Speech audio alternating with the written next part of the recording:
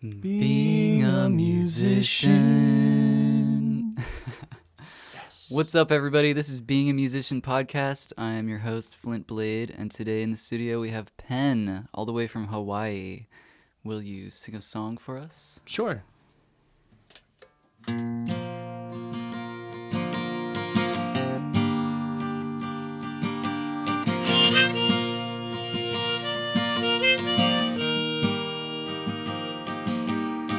Middle of the night, here I am praying. Waking up without you ain't a prison I could stay in. I'm not attached, just another fool in love. Adding all the moments seems to take me to forever. Wish the cards were different, but it's even kinda clever. I've been dreaming of your laughter, and somehow that's enough. Long as we're looking at the same moon shining,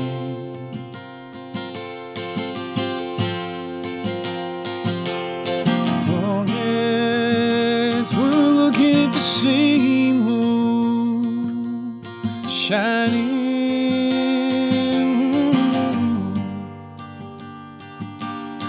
long as we're looking at the same moon shining.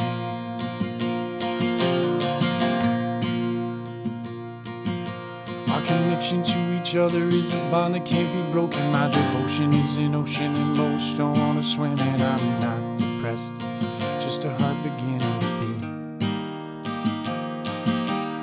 Savoring your nectar like a sweet tooth addict. I'm away from your body is low-key tragic, and I suppose there ain't another place I could be. Long as we're looking at the same moon shining,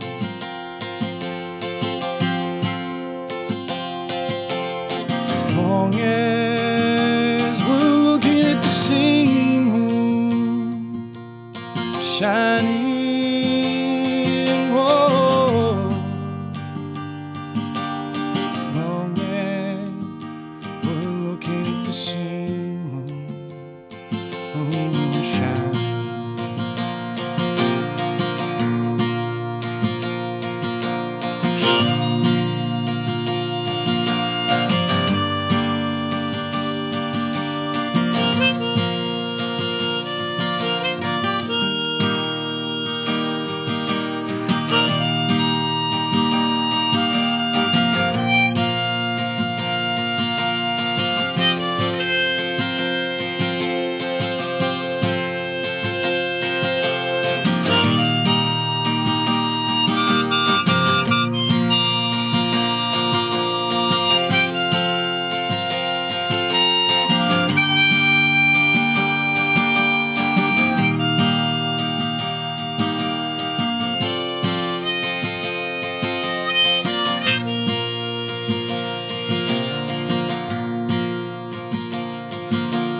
Merge us both together if I could, I might. Just a deeper plunge into you in a deeper, deep breath. Kinda crazy when I say it, but it feels so right to me.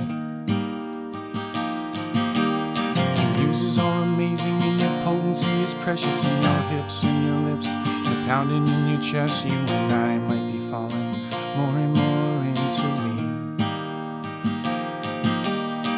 Long as we're looking at the same moon shining,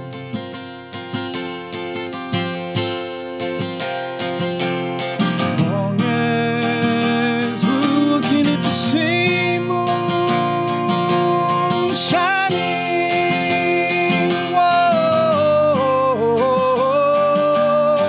Long as we're looking at the same moon shining,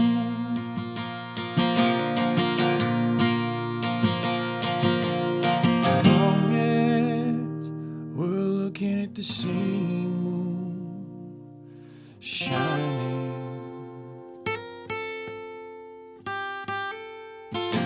Long as we're looking at the same moon shining. shining. Ooh, ooh, ooh, long as we're looking at the same moon shining.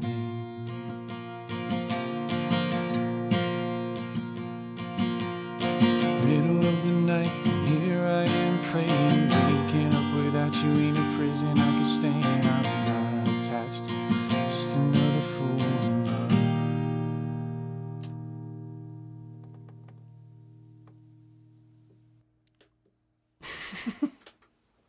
I don't know which camera to look at.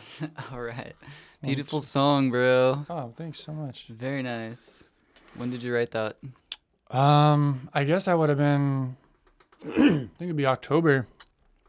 I went to Hawaii and I thought I was going to stay 10 days, and I was talking to people and they were like, there's no way you're going to stay 10 days. And I was like, no, yeah, that's my plan. I'm going to stay 10 days. And then I met this girl and ended up pushing back my flight a week, 2 weeks, a month, canceled it, shipped my keys back to Denver, flew my buddy from Pennsylvania to Denver. He grabbed my van, drove it to Asheville, and then I flew him from Asheville to Pennsylvania. So I was just in Hawaii, and I was like, this is it. This is the thing. And that all fell apart, and it fell apart in the most beautiful way. And, it resulted in a lot of really great songs that have brought a lot of people a lot of healing, and I'm sort of starting to realize that you don't write a song for a person, you write it in the moment, and it becomes a memory. Yes. So it's like all these people who are like, oh, I have a song about me. It's like, yes, but it's like that specific person at that specific time. So when I play songs, it's like reliving memories. And that's why I think that's why I channel the way I do, is because when I close my eyes and I put myself in that place, where I was when I wrote that song. And it was the first night we had spent apart, this woman and I woke up at like 3 a.m. I walked outside and I was like peeing in this bush, and I looked up at the moon and I was like, well, as long as there's this one thing that we can both see, it's like there's this one common denominator, this one factor, as long as we're looking at the same moon and it's shining on both of us, and that's enough for me. And then I was like, no, I don't want to do it. It's 3 a.m. And then that song just like poured out of me. And then I recorded it before I left the island just this past time. And it's really, really powerful recording. I'm really excited for what it's to become. Excellent. I take it that you identify a lot of your music as medicine music. You identify with that phrase? Yeah, it's hard because I've sort of been going through these like cycles of just like ego death after ego death, and I just like I was like Penn Johnson, then it was too much for me, so I like dropped the Johnson. I just want to be Penn. Like I don't want to people introduce themselves like, oh, I'm this person. It's like, it's too much. I just want to be Penn. It's just Penn and my pals, and just like it's just friends around a campfire. You know what I mean? There's no formalities or anything like that. People can burp. People can do whatever they want. People can scream and ruin a song. I'm totally open to that. It's like it happens. It's just life, and like to witness that is beautiful, and to allow that space for someone to express themselves in a way that makes them feel good. Really means a lot to me. I've like sat around campfires and had people absolutely decimate songs. And I'm just like there the whole time, just like, at first I was like, oh my God, they're like ruining the song. And then I'm like, you know what? They're like bringing this element to the song, and it's teaching me how to be humble and how to be patient. And, so it's like, yeah, it's like, it's just a global campfire. That's all I want, is a global campfire. I just want everybody singing the same songs, and, yes, eating good food and praying together and just dancing and singing and walking in a good way, and that's medicine for me. And if it's medicine for others, then that's beautiful. Very beautiful. I've often had the experience where, I play solo so often that, in the right kind of mood, I might be a little particular about about playing with other musicians, Mm-hmm. and I'm sure I'm not the only type of soloist who feels that way.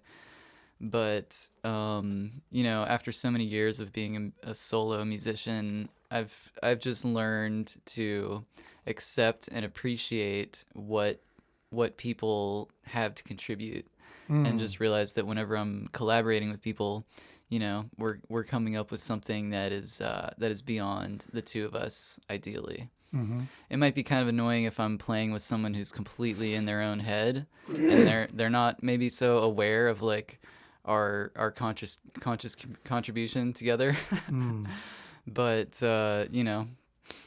that's why you get to be picky about who you choose your friends. Yeah.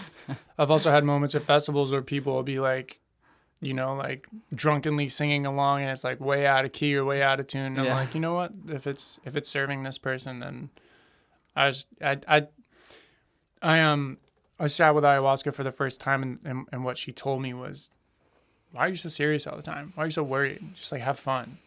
Just have more fun. Just be fun. Yeah. It's just like this like cosmic joke. Yeah. It's just like some of the things you see on a daily basis, you're like, what? There's like, you ever see someone driving do something, you're like, did that actually just happen? Right. Or like you see someone in a social setting, you're like, there's no way this guy is doing this. I was at Uncle Robert's, which is the place on the Big Island.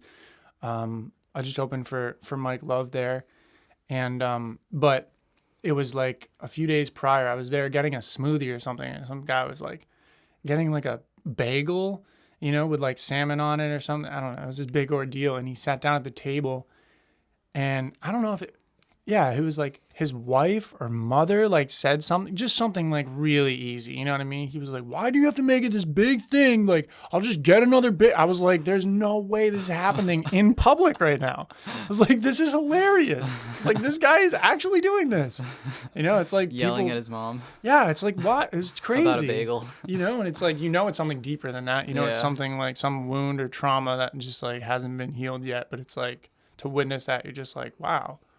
Sometimes it's okay to just like do that sometimes, and other people do it too, so I feel like that's the thing with, I'll start a song in a set, and I'll just like, the song won't come through, you know what I mean? Like like I'll miss a verse or something, or like a verse won't be there, and I'll just stop the song and be like, you know what, that song's not coming through, I'm gonna do another one. Yeah. And like people be like, what? And it's just like, I feel like that's a huge part of just being an authentic person. I don't want to force anything, and I don't want anything to feel forced even. It's like, even last night, we were going to do this podcast like before the Terra Firmata thing, and I was like, I don't know, like that, I don't know, like we're doing all this other stuff, and it's just, I don't want to force it. I don't want to like get there and then have to like hurry, because I've done that so many times living on the road. You get somewhere and you're like, do the thing, do the next thing, do the next thing, play the show, go to sleep, wake up, do the next thing. It's like, whoo, man, it's just like, sometimes it's just too much. So I just gotta take your time. I want to be more in the flow, for sure. Yeah, so I'm stepping into that. I'm glad we did it the next day, actually. It's kind of nice. That I don't have to rush off to a gig today before this. Right. Or after. Yeah. Sometimes I question my train of thought in the podcast, because I feel like I want to stick to the topic of being a musician. But when you said the thing about the guy yelling at his mom, I feel like don't we all have like some kind of like dynamic with our moms that is just not there with anybody else in life? Like I know with me, like if my mom comes over to visit me and she has like something to say about the house, and my mom is so nice and sweet. She's like not a mean mom at all. But she'll be like, "Oh, Flint, I noticed that the thing in the bathroom, like, the carpet is too thick and the door can't close on it." I'm like, "Mom, you don't think I've noticed this already?" It's just like I noticed that as well. I don't have to respond in that way. I can respond with more softness and like, "Thanks, Mom, I've noticed." Yeah, like but that's how it comes out sometimes. We like take offense to things. Like we're like, this is personally offending me, and therefore it's like, oh my gosh. Well, I've been sitting with a big part of my musical journey recently has been sitting with plant medicine, and Hape is one that I'm really sitting with a lot, and it's just like, I don't know a whole lot about Ayurveda and doshas and all that stuff. I only know what I hear from spirit and from friends of mine who know that kind of stuff. But I know like I'm a very vata, like I'm thin, I move quick, like I have quick metabolism. I'm like super up here, like way up. and that medicine just brings me right back to earth, and I sit with it before I perform and after, because it's like before I perform, I'm like, oh my God, blah, blah, this stuff it is, just like goes away, and then after I get off stage, I'm like, that was so awesome. Oh my God, I'm the greatest. Oh my God, we're all so blah, blah, blah, blah, blah, blah. All these like, your mind just like starts telling you these stories and you're just like, no, let's just like sit with this medicine, humble ourselves, and then like. Sit with ayahuasca? No, it's called hape or rape. Hape. Yeah. Okay. Yeah, it's Tobacco snuff? yeah, it's made up of different ingredients and things from the Amazon, a lot of ash and plants and whatnot, and everyone's got a different sort of specificity, and it's like a strain of cannabis almost. It's like they all hit you in different ways and perform in different ways and help you in different ways. So it's just beautiful and it's another medicine that, it's not like psychoactive. Sometimes you do get like visions to a degree, but it's not super like, wow, like bionic person, like warping through, the space-time continuum or whatever. You're just sort of, it just like returns you to the present moment. So you like to ground yourself after a set with that? Before, after, yeah. In the morning, at night. Nice. Yeah. That's why you got so much activity in your sinuses. Yeah, exactly. I don't know. No, I had goat cheese yesterday, and it wasn't. So it's weird. I noticed that when I got to the Big Island, I started eating differently, and goat cheese is one of the things. Like raw goat cheese is just something that just has become like a staple in my diet. And I'm actually going to do an elimination diet when I get back to the island. This is me holding myself accountable. When I announce something that I'm going to do, it's like accountability, and I had cheese that wasn't raw yesterday, just like a tiny bit. And it's just always a bad decision.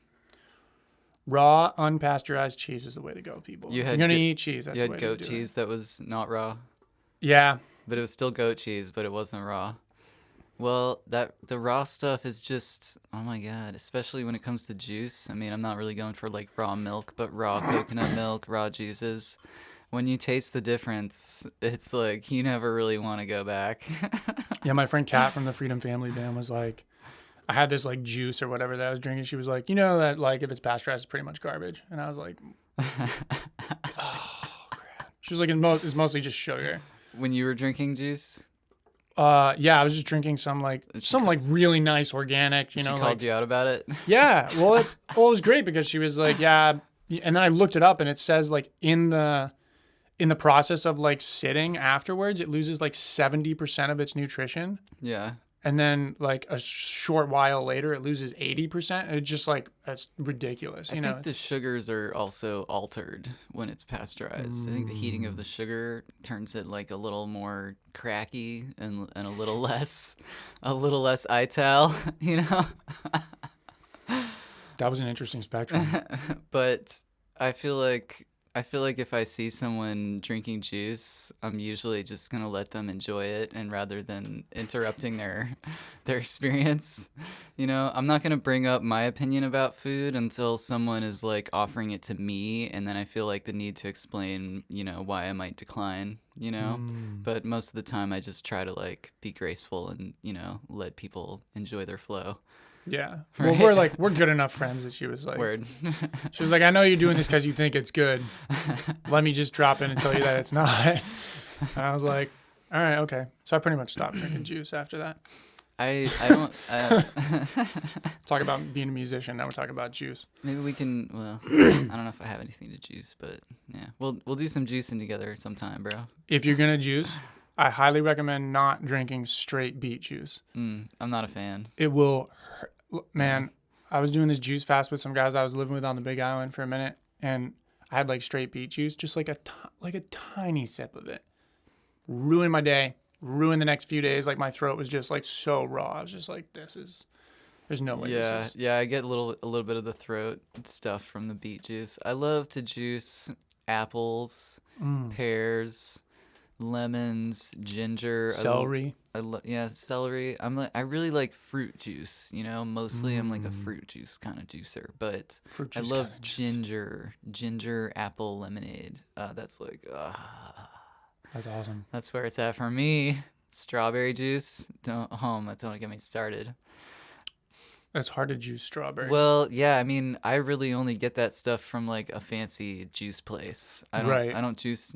I feel like it's kind of wasteful to try to juice this strawberries because they're so pulpy. You know, you might as well just eat it. But I mean, drinking strawberry juice is it's out of this world. Ah, I love juice. Juice is great. I met the family freedom the Freedom Family Band. I met them, or at least I heard them play. I don't know if we really met, but I heard them play in Miami at Ecstatic Basil. Oh, nice. That was such a beautiful day. We're all in the water at a mansion, having ecstatic dance. As it and should be. medicine music all day, and yeah, I caught their set. Really good vibes. Are they from Hawaii? No. They've got a long story. You just are friends with them. Yeah, I linked up with them at a festival called Fireflies Forest in Tennessee. You were there. In Tennessee, yep. Oh my god, dude. I was there. You were there? I was there. I played Saturday night on the Sacred Fire stage. Nice. And that was really amazing. And then Sunday afternoon. Yeah, I showed up like Sunday sunset. Mm-hmm. And ended up with a little jam session with Benji Bliss and Noah Proudfoot. Nice. You know cool. those guys at all? I didn't catch them, but I was told that they were there. I was actually looking for Noah at one point. Someone was like, "You gotta meet this guy, Noah." Yeah, Noah was episode 12 on the podcast, all still unreleased, but we met at that festival during the jam, basically. That's the only way to meet people. And I had known his name for years. And so finally got invited to this jam, and I was like, all right, so you must be the legendary Noah Proudfoot. And we just had this jam by the waterfall, and Nice. DJ Hyperbolic Headspace was like making beats for us to jam to, and the whole thing was pretty vibey. There was a dance party. Oh my gosh. That festival was amazing. It was really great. When have you ever been to a festival with waterfalls on the land and caves? It's Hawaii, man. They're all over the place. Yeah? Yeah. Okay, well, now you tell me. Yeah. It's funny because like people be like, yeah, this is my first like show since COVID, and like when COVID happened, like I was in Florida, and then I just started traveling and playing as much as I could, and friends of mine were hosting like underground festivals, like all over. Like I played when COVID started, I played a festival every weekend for like 7 months. You know what I mean? So it's like it never really Nice. stopped for me. All these people were like, yeah, like I had to stop playing out and started live streaming, and I was like, yeah, live streaming is cool. I did it for a minute on Reddit, which is where I found the best way to do it, because Okay. you basically just like, if people like what you're doing, you're just on the front page of Reddit. Yeah. And at one point I had like 130,000 views and people from all over the world asking me to come play in their countries. And I've sort Wow. of fallen back from that a little bit. I plan to jump more into that when I go back to Hawaii and hopefully have Wi-Fi. Yeah, I was playing all sorts of renegade festivals and just like campfire jams and meeting new people and hiking mountains, and everyone was like, I'm gonna stay inside, and I was like, I'm gonna go outside Yeah. as fuck. Yeah. Like I'm not gonna be, like I can't imagine like to all the people who were in apartments during COVID, like that whole situation. Like wow, For real. like For real. y'all absolute heroes to make it through that. That is legendary. Like those people are the legends. Yeah, I mean, I guess we want to applaud them because they're doing what they think is what they thought was the right thing to do, but I see it more as like a mental manipulation thing coming from the controlling powers. Oh, I just mean in Yeah. terms of like not going insane. Yeah. You know what I mean? Like people who stayed inside, like who didn't go insane, like those people are heroes. Just for that one, just because like if I were in that situation, I would lose my mind. Yeah. Like I would just constantly every day lose my mind. Like to be in an apartment complex and live with that much dense energy. Whew, I don't know, man. That's crazy to me. Yeah. I like can't even imagine. I've never lived in an apartment, never would want to. Like every time I'm even around like a dense amount of people, it's like really hard for me. Like I'll perform and like be on stage and like talk to people afterwards, but when there's like a crowd and I'm in it, a lot of the time I just like it's too much. I'd much rather just be like me and like nature, you know, or me and like a group of friends and a campfire in nature, ideally. Yeah, if it's like, it makes you wonder why why the mainstream media messaging wasn't like encouraging people to go connect with nature and like be healthy by working out and eating healthy. Yeah. You know, where was all that type of It's all suspect, man. It's crazy. And there's like so many different narratives, you know, and I feel like it's become so divisive. You know, like I had like cousins of mine like unfollow me on Instagram for like whatever reason, you know. Yeah, It's just like yeah, crazy, you know, like what? You know, just like but it's I see it as when you speak your truth and you just embody that so much, like it's going to trigger people. right. People are going to be triggered and they're going to, you know, it's like and it's okay for people to step away from your journey. You know, it's not, it doesn't mean anything. It doesn't mean you did anything wrong, you know, but like to have that divisiveness with like the vaccine and the not vaccine and the all of the, you know, mainstream media and like the Illuminati and like blah, blah, and like on and on and on and on and on and on and on and on.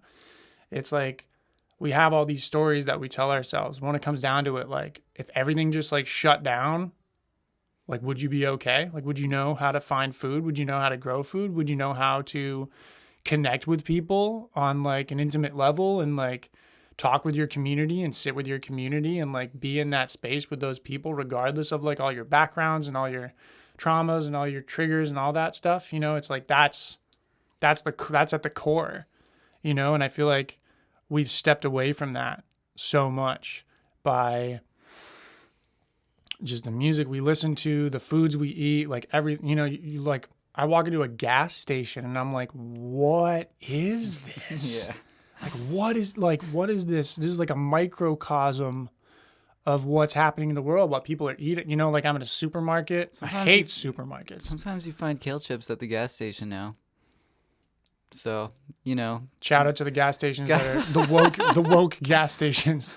But it's nuts, you know, it's like, it's to be like living in Hawaii and then come back and just seeing so much industrialization and like more lanes being added to highways and like road work and construction and like new places like selling the same stuff. Like Florida is like, there's like so many strip malls and so many like neighborhoods with fences, and it's just like, oh man, it's a lot, you know? Yeah. And like everywhere in the world, it's like, you know, we're all like, it's building more and more and more. And it's just like, man, if we could just reconnect and ground, you know. A friend of mine was even saying living in a van isn't grounding. And I was like, what do you mean? I spent a bunch of time outside. And she's like, you're living on rubber.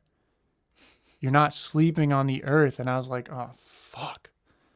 You know, it's just like crazy. And now I'm like, I'm going to sell my van, you know, and that's like a big thing for me because, and it's mostly because of like the stories that exist and the people, you know, in my life at that time. And I just want that energy to clear and I want to move forward and, you know, possibly buy land in Hawaii and start a community or be a part of something, you know. I'm definitely feeling called to do that and move forward in that way. And, you know, traveling has been really fun and I want to travel more, but I want to be smarter about how I do it. And like being here, you know, like you used to save money by living in a van, you know, because you weren't paying rent. But since I've been here, I've paid more than I paid in Hawaii for rent living in Hilo. just because of gas. For gas. Yeah, it's insane. And they put a limit on gas. You notice that? When I get like $100 worth of gas, it like shuts off. And I'm like, really? wait, I can't. So yeah, that really freaked me out too. So it's like any kind of limitation on like freedom or like anything, I just like take it as this like massive offense, you know? And I feel like I want to sing more about, I don't want to sing about the stuff that divides us. I want to sing about the stuff that brings us together. You know, I started out singing protest songs in 2015. I played the March Against Monsanto in Philly, and I played Bernie Sanders rallies, and I've done the whole, you know, I played colleges and fraternity parties and like all that stuff. And I really find the most medicine in small groups, community, intimate settings, and with people who really want to talk about doing the work and who are there to do the work and who see that in me, and can recognize that. And it's beautiful to be in a space like that and perform a show and then just have a conversation that changes your life. That's like the biggest thing for me. And I actually went and saw, I went to like what I would consider like my first like EDM show. It was LS Dream. Have you heard of LS Dream? I've heard of them.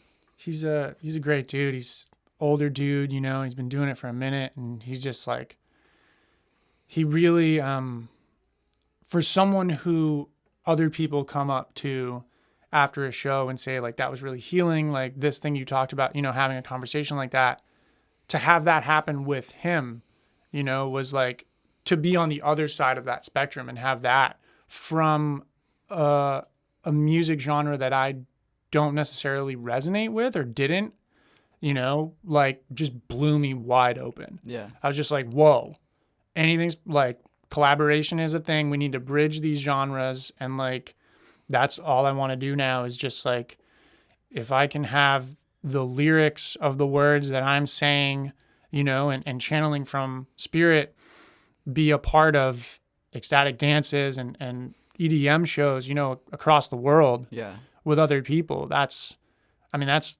less physical work that I have to do. I can just be like, yo, here's my catalog. Choose whatever you want. We'll figure out all the other stuff. But like, yeah, let's create something, and I've been really resistant to that, because I'm like, I'm a folk singer and I just play guitar and harmonica and I don't need any pedals and I don't need any fancy effects and stuff. And like, prouded, how would you even say that? I prided like I prided myself on that for however long, and now I'm just totally open to any kind of possibility. I'm just like, yup, let's do it. Yup, let's do it. That sounds weird, but yup, let's do it. That sounds like it might be kind of weird, but yeah, let's, just that openness and that. Yeah, I just don't want to divide anymore. I just want to bring people together. I just want to be like, you're divided because this thing is bringing you apart, and I want to just sing a song that like we can resonate on the same, level, or just sing together, even that. Like I often have said that if I can get executives at Monsanto to be singing my songs in their offices, blasting it throughout their corporate headquarters, fuck yes. Because that mantra is going out across the airwaves, to all their people. And whether or not they realize it, they are bringing that reality into focus, So I don't want to have any enemies. I don't want to fight anymore. I just want to like give people long hugs that aren't awkward. You know what I'm saying? Yeah. Amen, brother. Kind of went on a rant there. Yeah. But I feel like, I don't know. For some reason, I could see you collabing with Equanimous. Yeah, Nate's a great dude. You know Nate? Yeah. Sweet. Yeah, I met him at after Zen Awakening. Oh, okay. You were at Zen Awakening this year? I was at Zen Awakening too. In November? Yeah. Ah. That's what I'm saying, dude. We've been play? Yeah. I didn't have a set. Okay. But I hopped up with Maite, I hopped up with the Freedom Fam, I hopped up with Psychic Dove, I hopped up with yeah, we've played so many shows together. iStar. Nice. I hopped up with Yaima. Ah. Yeah, it was Nice. Yeah, we've played. I was just saying last night at Terra Firmata that we've like played like so many of the same festivals and shows, but haven't met each other. More than I realized. Yeah, you played the one in Gainesville. Love Together. Maha's thing. Oh, you were there? Yep. Oh my god.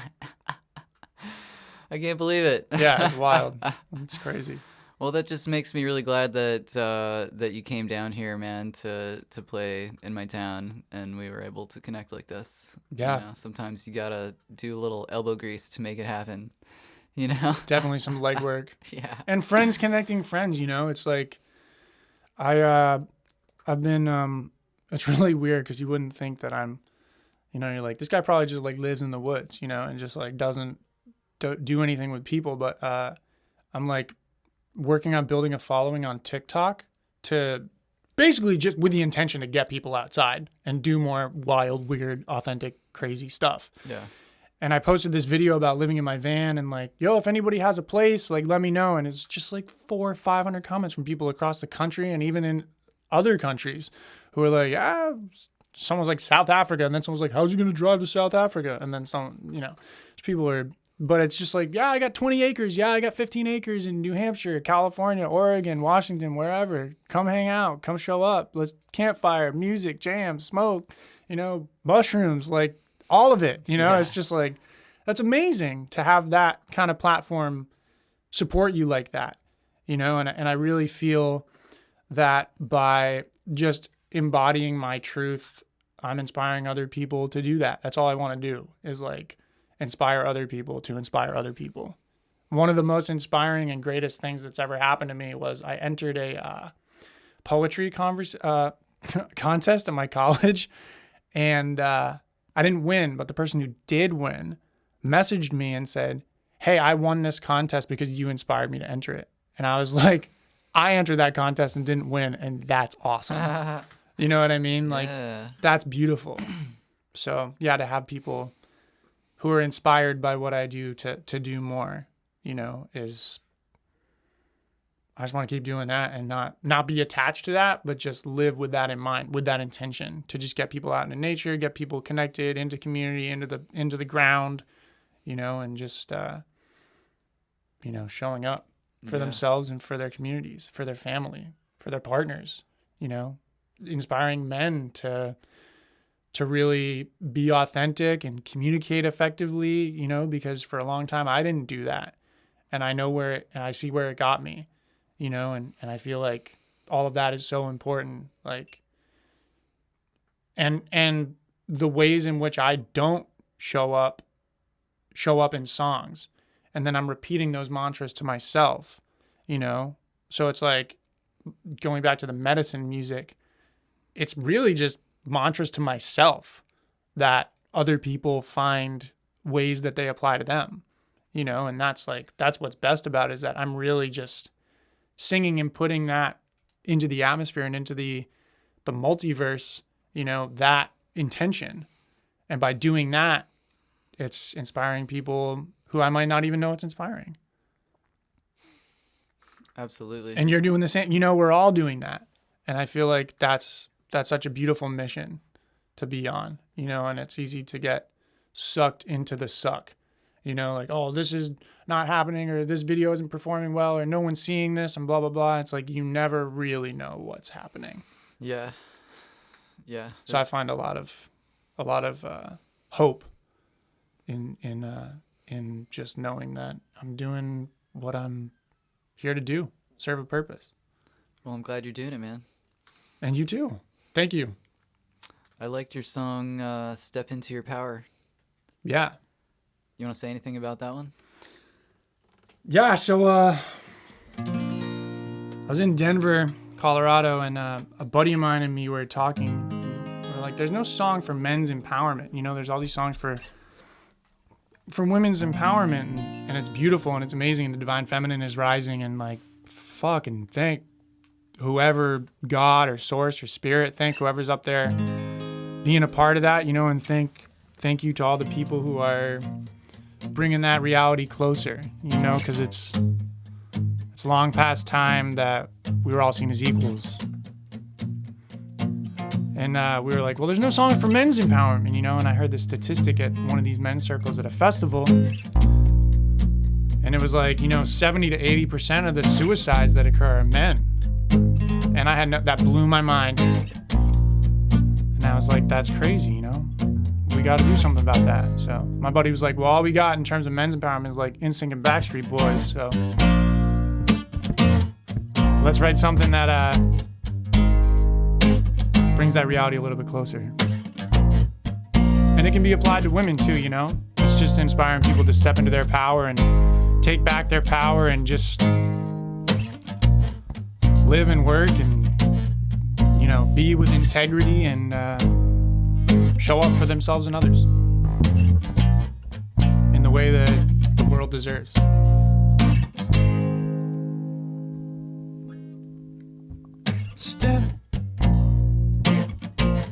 Step into your power.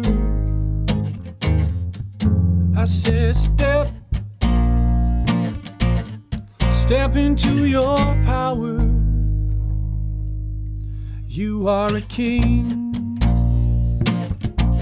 and you are worthy. Whoa, you are loved, so don't get discouraged. Whoa, I said step into your power. I said step into your power. There's a potent point of purpose, and it's pushed me toward my power, and it's deeper than the soil, trees and roots and plants and flowers. Don't mistake my words for virtue, cause I'm tired of this mess, and I've been stripped layer by layer, and now I'm prepared to digest a higher love and understanding. And I'm fortunate and blessed to share this earth and her rebirth with all these strangers and these friends. So as we reminisce the moments of the lows and all the highs, gather tight in our smoke circles, sending prayers up to the skies. Yeah, step into your power. Oh, I said step into your power.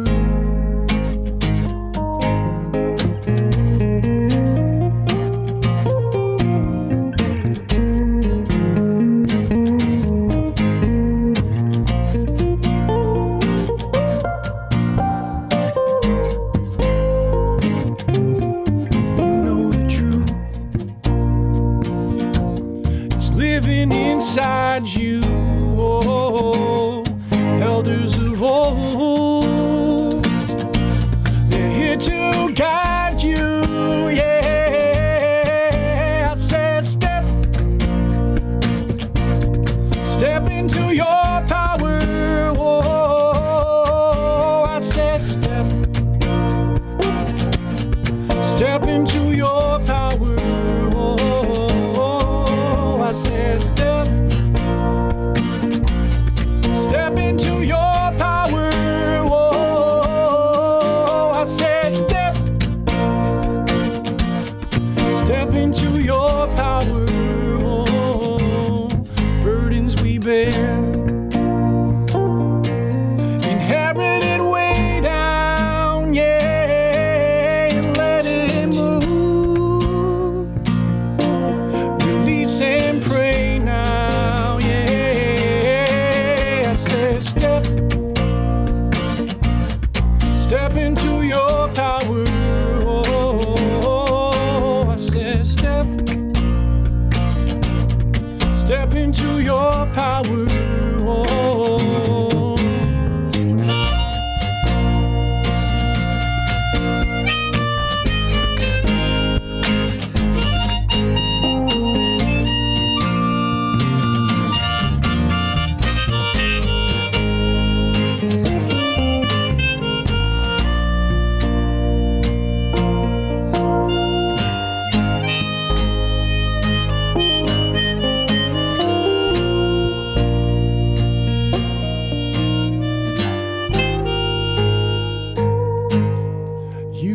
King or queen, and you are worthy. Oh, and you are loved, so don't get discouraged.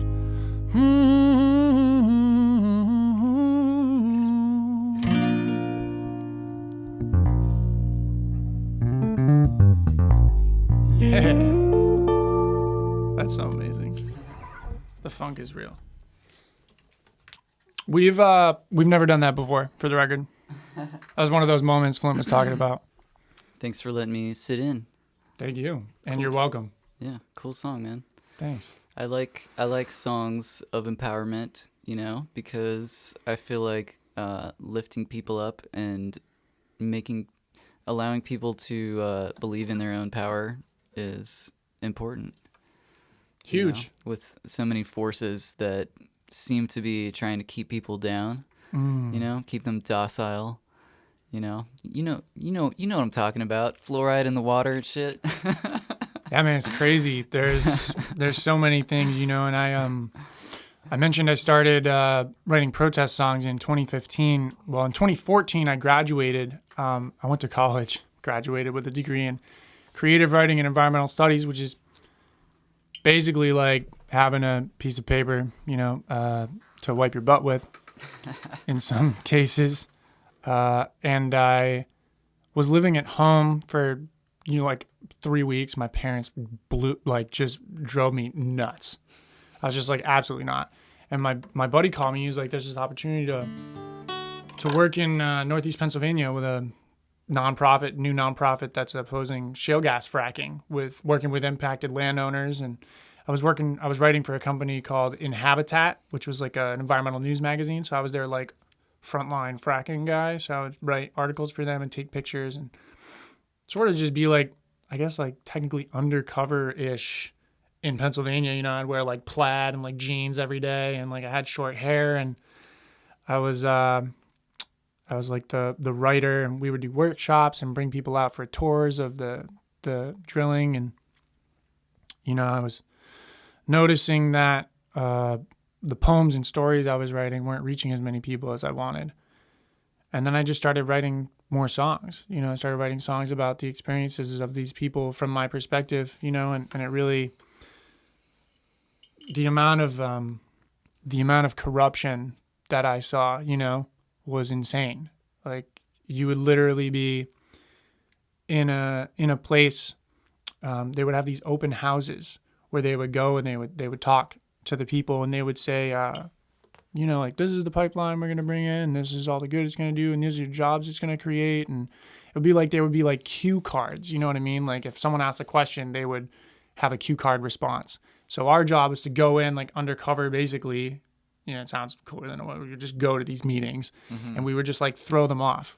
Like, we'd be like, what about like, the well water in, this very specific location of this very specific thing. Like, what about that, And they'd just be like, yeah, you might want to ask one of our, like, we would just throw them off and just kind of discourage people from believing what they were saying. And they would just lie. They would just absolutely not tell the truth, and it was crazy because I had friends who worked in the industry who were now whistleblowers who were saying, they're dropping C4 down these wells and just exploding the shale, and they're showing up drunk, and they're bringing in hookers and drugs and all sorts of crazy stuff to these small towns, who don't know any better. And these landmen show up on these front doorsteps, and they're like, hey, like, this is what we're going to do for you, and we're just going to drill a couple wells, and like, here's the money you're going to make. And they're like taught to just be like total snake oil salesmen, And I was just like, to explain that to people and have them not believe me, they're like, oh, that's like a crazy conspiracy. I was like, I watched it happen. Yeah. Like, I witnessed this. I like watched this with my own 2 eyes. You can't tell me that I like didn't, you know what I mean? So and I started there and I was like, blah, blah, blah, I'm angry about this. And then, I started sitting with more psychedelics and plant medicine and just like being around these communities and traveling and seeing what people gravitated toward. And it really just melded into these songs of love and peace. They're like ancient mantras of love and unity. That's kind of what I see them as. And yeah, it's crazy, all these narratives that exist, and it's like, I just wrote this song. It's like this, it's called Take Me Back to the Island. And it's like this, take me back to the island. Take me back to the island. So it's got that like, like sort of like old folk singer soul thing. And then like in the middle of it, there's this finger picking part, which is just like, like, and I tell this long drawn out thing. I haven't memorized it yet. It's very long. It's a long sort of like a spoken word sort of piece. And I talk about, I've done like a lot of the things, we were talking about like plant-based eating, and I was vegan for 8 years, and I got this part in there where I'm like, I was vegan for 8 years, but my ancestors weren't eating tofu. And every time I eat too many bananas, I get these lackadaisical thoughts and weakness that I can't describe. And, it's just like, like, let people do what's right for them, in every way, because everybody's going to be led to the path in some way, It's like even people who don't even seem to be on the path. Like I've met people and watched them just like dive right in, like without even knowing it. And it's like you bring all these people from these different backgrounds into these settings, and that's where the healing occurs, and it's not just a healing of that person. It's like a collective healing that is like recognized and felt energetically and physically and emotionally and psychologically. And it's just like, that's for me, that's like what I want to cultivate is that, because these narratives are just like, it's just like rabbit holes. Like you can go so deep, like you can go thousands of hours deep into everything.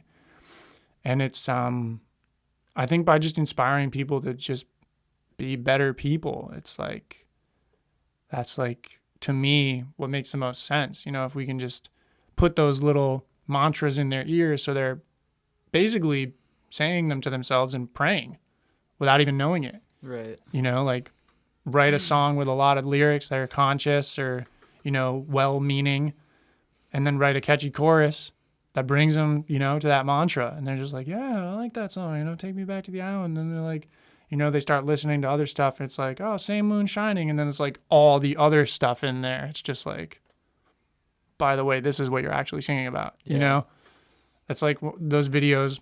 You see that video where it's like, there's these people like bouncing this basketball around, and then there's like a gorilla that comes in the middle, and they tell you to watch the basketball, and the gorilla comes in the middle of the circle and just starts dancing and then walks out.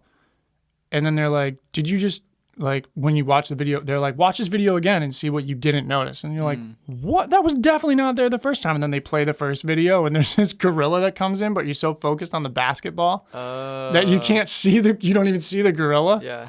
That's like wild. There are so many examples of that, It's like, look over here. Right. But here's what we're trying to say. Right. And it just like, it meets in the center, and I feel like that's it. We'll all get there. Indeed. I want to ask you about your take on the spiritual aspect of music. I want to know if there's anything spiritual about music to you. And I want to ask you maybe to like talk about the muse and like where songs come from for you, if you can speak on any of that. Yeah, it's interesting in terms of, because like it's shifted so much. I've sat down and I've just like tried to write songs, and I've just been like forcing myself, and they just don't come out right. Right. And I feel like most of the songs come when I just like, they just come out in like 5-10 minutes. They just like fly out, I just channel and write them down. And it's really as long as I can write them fast enough. Yeah. Do you ever feel like a song kind of sneaks up on you? Because that's how I feel a lot of time. It's like when I hear something that I know is going to be a good song, it just comes up out of the least expected time. Like it's not when I'm trying to think of a song. Yeah, well, yeah, it's like I have this song that I wrote, and it's called Know That You Don't Know. And the first line of it, I was literally sitting in my car. I just sat with Hoppe, and I was sitting in my van in Hawaii, and my partner and her friends had gone off to this waterfall. And I was just sitting there. I was like, I need some time by myself for a second, and I had said some dumb stuff earlier. And I was just like, fuck, like, I wish I could forgive myself for, like, these things. And I was just like, can you forgive yourself for the words that you say? When you struggle to apologize, when you get in your own way. And then it's like, can you look past all the humanness to see spirit laugh within? When you think that you'd be better off without all of this? And know that you don't know. It's just like, it's just like these songs come through in the most unexpected ways. You know, that's, for me, that's the most, when I fuck up, that's when the songs come through. You know, when I screw up or say something wrong, I'm just like, or it'll just be the time, it'll be the moment. I'll just hear something, or I'll sit and I used to, for a long time, I have this like thing, it's actually called Muse, and it's like a list of notes of things people say. And sometimes I'll like use that as a jumping off point. And I'll just be like, oh yeah, I read about that, you know? But a lot of the times just, yeah, it could be something someone says or something I feel, you know, and it's just, I just sit and write, and it just flows through. So I guess in terms of, yeah, it's like, songwriting is more like the Freedom Family Band says, it's more like song catching. Yeah. You know, you're kind of like, oh yeah, like shoo, you know, like it's the moment, because I've had times when I've woken up and I've written songs like that same Moon Shining song, and I've had times when I've woken up and I've had a song and I didn't write it down and I lost it, you know, and I've had songs come to me in dreams and I've been like, and then I like, you know, I woke up too fast and couldn't remember them. So it's, they come through in so many different ways. And I feel like the spiritual aspect of it, it's all just, everything's all together. You know, there's this oneness that exists. And it's like, if the lesson is meant to be learned, it's usually, songs come through when I need to learn a lesson myself. And by singing that song, I'm reminding myself that I need to do that, or step into that, or show up as that, or remember that, you know? Because I had this quasi relationship I was in, you know, and I wrote all these songs that I thought were for this person. And it turns out, you know, a friend of mine once told me that a song isn't always meant for the person it's written for. And I, like I said, songs are memories. So I think the first record I release under this new persona, Penn, you know, is just going to be from moment to memory, or something like that, you know, because it's like, I talk about living in the moment in songs, but it's ironic because I'm really living in memory almost when I perform. So I'm like present, but I'm also channeling that past emotion, you know, in an attempt to release or further understand, you know. And I feel like I have a hard time with the term spiritual, just like I have a hard time with the term conscious. And it's all, it's the intention you put behind it for me. You know, it's like, what am I going out there with the intention of doing? Am I going out there with the intention of like, you know, like having a lot of people scream my name and having my name up in lights and all that stuff, and all that stuff that fades, you know, it fades and disappears, and it's fleeting. Yeah. You know, I've played shows in front of thousands of people, and I played shows in front of 2 people, you know, and sometimes the shows in front of 2 or 8 people are more meaningful to me. I get more out of them, and they result in conversations and songs and moments and memories, and, you know, it just continues. It's just a cycle. Yeah. I don't know if that answered your question at all. Yeah. So bad at answering questions. I'm trying to decide which part of that to respond to. Yeah, there's. I want to talk about one of my songs that I wrote recently. One of my most recent songs is a love song. It's like, I don't care what people say, I'm gonna love you anyway. Yeah. Come and go lovers are a dozen a day, but I found one that's here to stay. I wrote that song like kind of shortly after like a long-term relationship broke up. So it was like kind of strange that I had this like wholehearted love song come through like after the breakup. But when it came to me, I really came to realize that like what I was doing here was channeling some of the energy that I had for like the committedness to this relationship, because we were engaged to be married. Oh, wow. We were like making, you know, plans for the futures like that, and then just kind of decided to change our minds, decided that we weren't going to do that together after all. But, you know, there was a time when we were both committed, or at least I was completely committed to this person and like my life with them.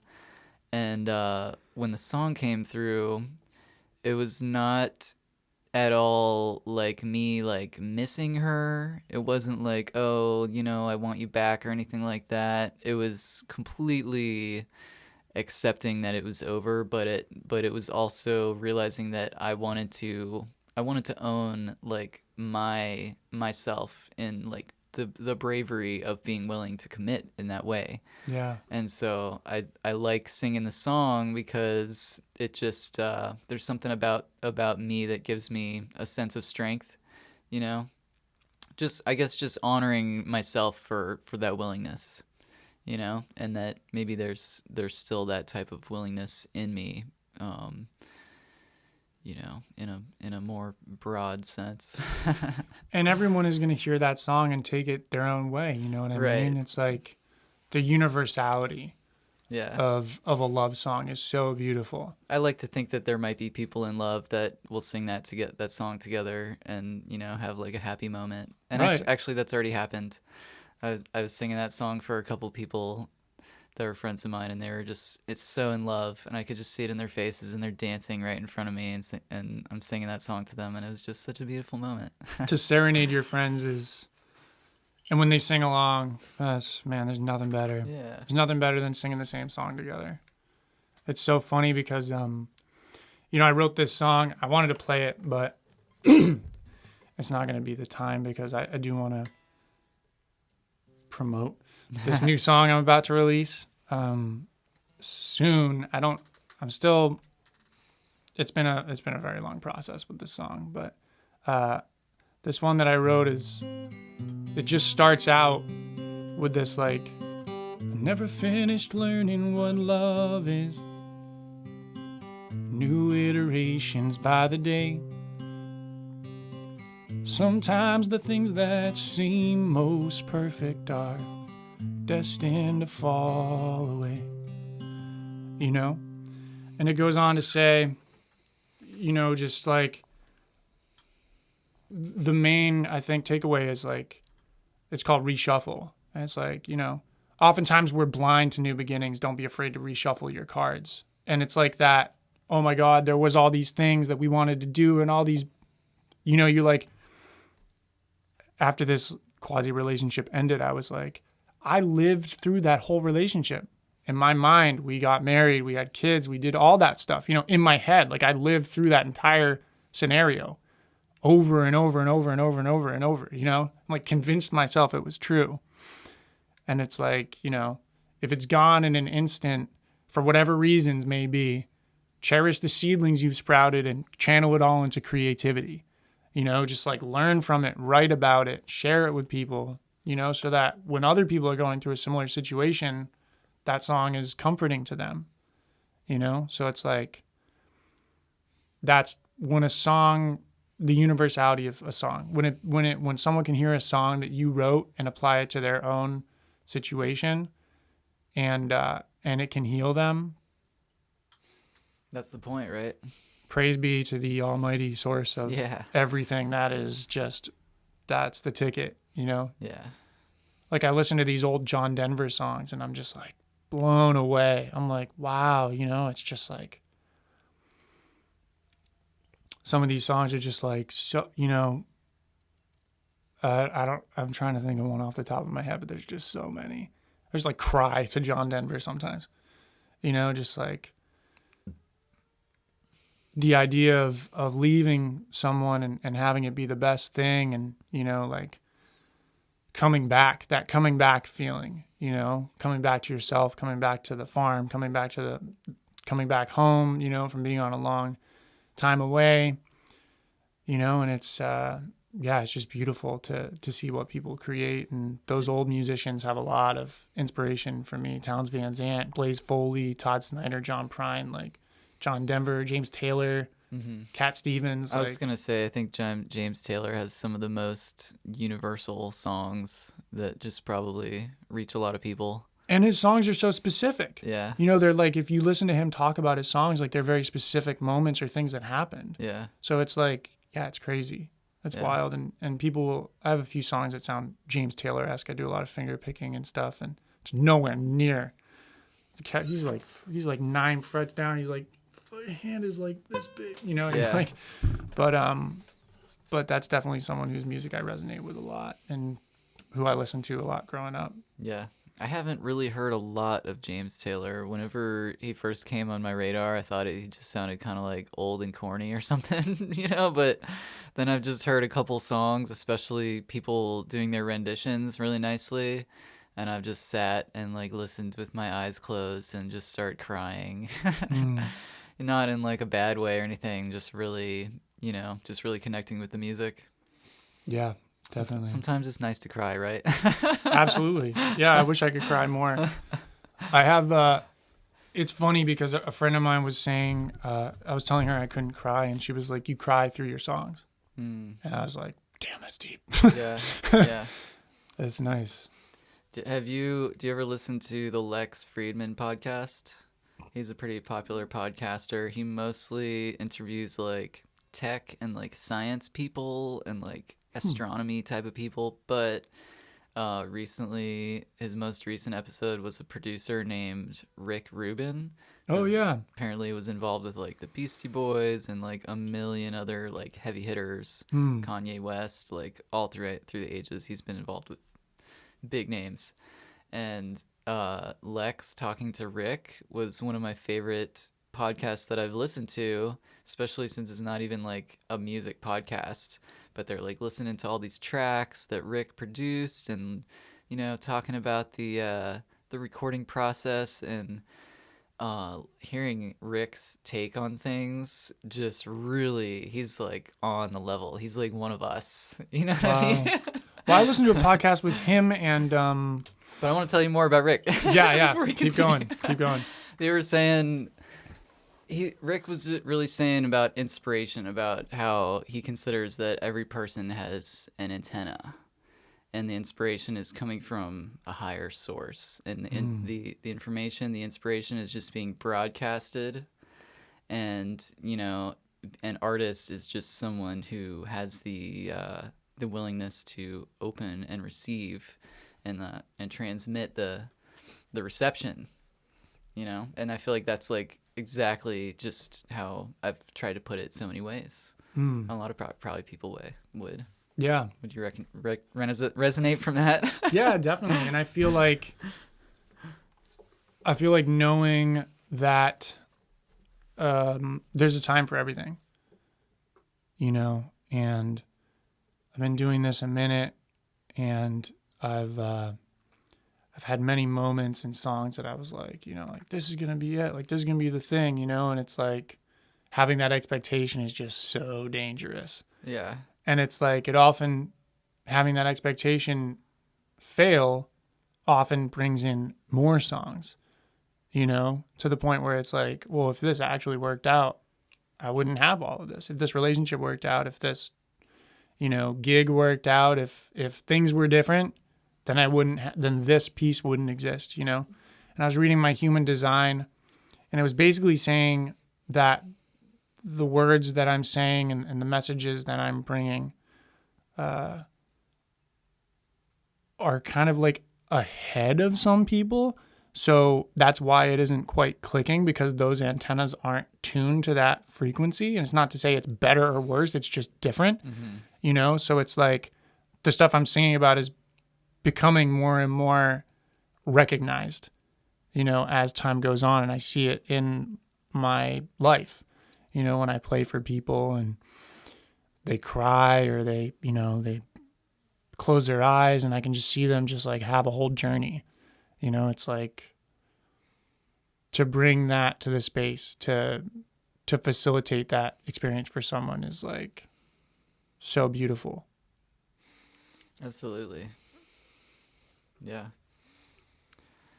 I guess I would ask you, is there anything singular that you can say that motivates you to travel and share your music and to keep creating in general and keep pursuing your musical path? Is there like a single thing that is there a motivating factor, or is it just something that's so deep within you that it's just instinctual? Man, that's a hard question. That's how I feel. I feel it's instinctual to me. I just, I'm always looking for the gold, and I find these little sparks of inspiration. I'm like, oh, I know that's where I need to be. I must submit to this festival, things like that. I guess I just want to do everything. Yeah. Like I want every experience that there is. Like people live their whole lives, in one town, in one city, doing the same thing for 40, 50 years, and then you stop doing that thing, and then you're too burnt out to do anything else. I just want to keep going till I stop. Yeah. You know what I mean? And I feel like recently I've been more called to be more grounded for a bit. So that's been really nice, and getting back on the road has been interesting and challenging and beautiful, and it's resulting in songs. And but yeah, I just want to do I just see things people do, and I'm just like, I want to do that. I want to try that. Sure. Yeah. Let's do that. Yeah, let's have this experience, I just want to do as much as I can before it's my time to go. Yeah. And if I can just keep releasing music and inspiring people along the way, like, fuck everything else. Yeah. Honestly, as long as I'm walking in a good way with spirit, with intention, with honor and respect and humility, and showing that to everybody that I can, despite all of the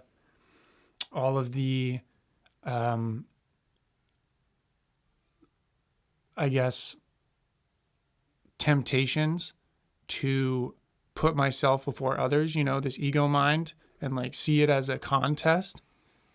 I just want to work with everybody, for everybody. Yeah. Like that's all I want. Beautiful. Yeah. I feel like I've really been stepping into just supporting the community, especially other musicians. I find myself more and more taking an active role in trying to help other touring musicians such as yourself. Thank you. Anytime I'm keeping track of all these conscious musicians that I'm fans of, and anytime I see them traveling, I'm like, all right, let me see what I can do to plug them in somewhere, make this happen, see if we can collaborate, throw a show together, anything. I want to connect the dots for people, because I just know this world is I know how this world goes, and I know how it is for me. It's like always such a blessing when other people are looking out for me. And I'm not always the most diligent about, pursuing my own booking path. That part is a little harder. Sitting down and firing off a million emails, it feels so mundane to me. Yeah, and I feel like a lot of the times when I step into that role, looking for my pick, I can't find it. I think we got a spare one behind you somewhere. Yeah, there should be one somewhere. Right behind you, on the. Oh, I use a very specific pick. Oh, okay. But there was a pick at one point. No, it's not. Yeah, it's almost. I do want to get to that point, and I have a lot to learn in that instance, because I'm often the person on the road. I'm often the person who needs a place to stay, or and I do want to. I guess being that person a lot, I've also realized that there are ways in which I can show up that reduce the burden that I would otherwise put on someone by being an unconscious, ungrateful guest. Yeah. And just like being present with that person and doing my best to balance all the other things I have to do in terms of promotion and the social media posts and all that, and emails and whatnot, and just doing my best to do that on my own time. And I'm stepping into getting better at that, stepping away from the places where I am to take care of that stuff, and then come back and be present with people. Because you never know when the next time you're going to see someone is, Yeah. I've had so many people, so many friends and family, that I thought I would see again that I didn't. So all we have is the time that we've got. And, if I fall away from that, I encourage other people, my partner or my friends or, my community or my family to bring me back to that center, to bring me back to the present moment. Unless I'm in a song, leave me in that memory, and then I'll come back eventually. Is there anything else that you would like to say to the world before we begin to wrap it up?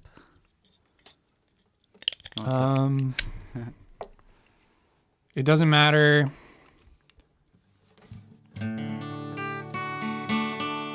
It doesn't really matter what your, like, how do I put this?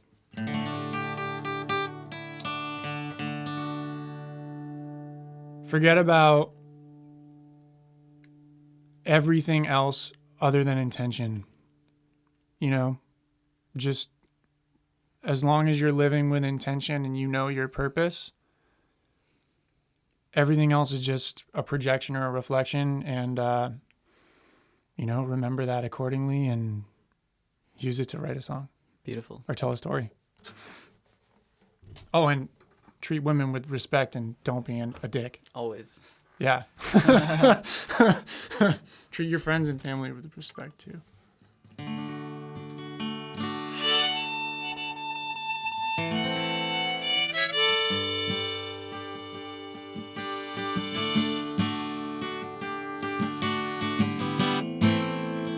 So I recorded this album in 2016 called Experiencing Turbulence, and you can listen to it. It's definitely got its own sort of vibration. But when I was recording that record, the guy who produced it, my buddy Chris Ferris, up in Woburn, Massachusetts, recommended this guy, Rob Ignacio. And I reached out to Rob, and like 3 years went by, I didn't hear back from him. All of a sudden, he like messaged me on Facebook and was like, I want to record you. When are you coming to New York? And I was like, next week, And so I scheduled some studio time with him, and he just really liked what I was doing and wants to support me. And, he brought together all these fantastic musicians who were doing beautiful things, and put this song together for me. And I just got the master track back, and it sounds so good. I'm so excited. It's unlike anything I've released, and it's definitely, from when I wrote it till now, it's definitely got a new flavor to it. But I really love what's coming through, and I'm excited to release some music for the first time in a really long time. And I'm also terrified, for all the reasons that my mind will come up with. I just try to come back to the song. It's called Man I Never Knew.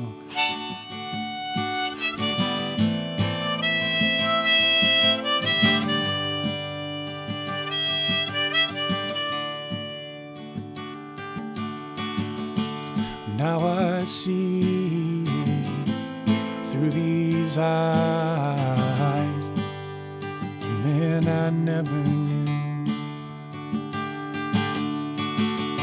And had it been so long ago, I wouldn't have said those words untrue.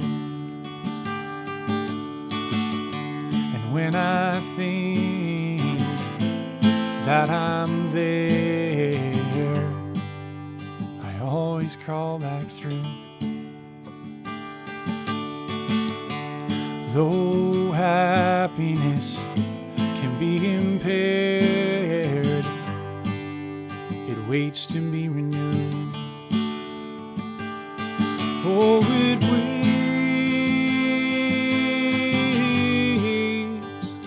to be renewed.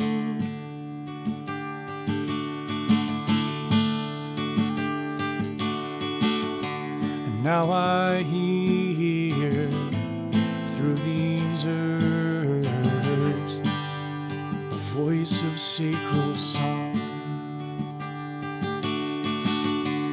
Though distant and often faint, I feel it best belong.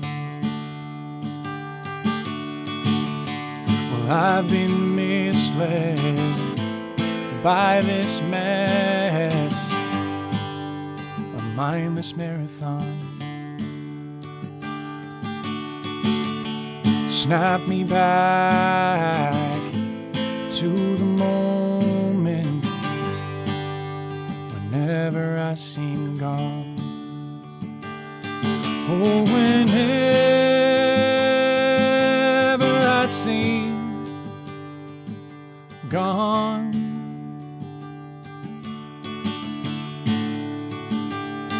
Oh, whenever I seem gone.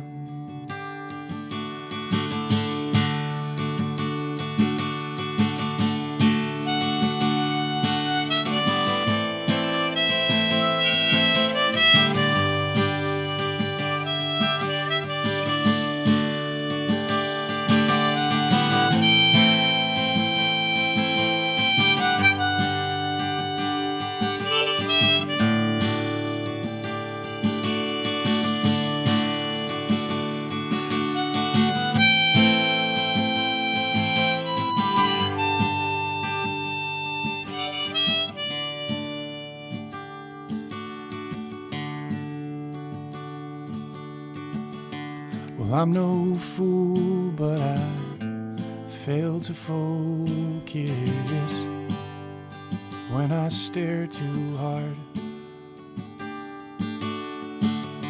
And overwhelmed and ungrounded, the journey's best explored. Silver lining, laughing loudly at all that I've endured. One more voyage round this old universe, I'll get it then I'm sure. Oh, I'll get it then I'm sure.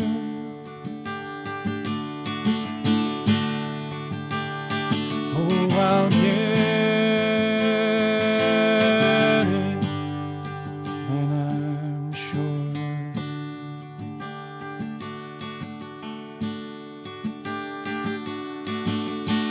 Now I see through these eyes a man I never knew.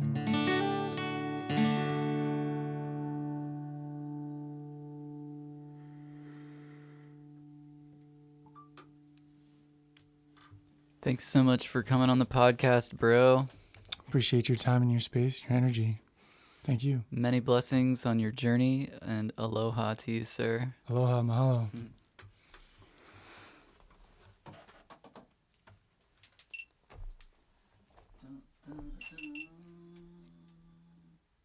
Woo! That was awesome.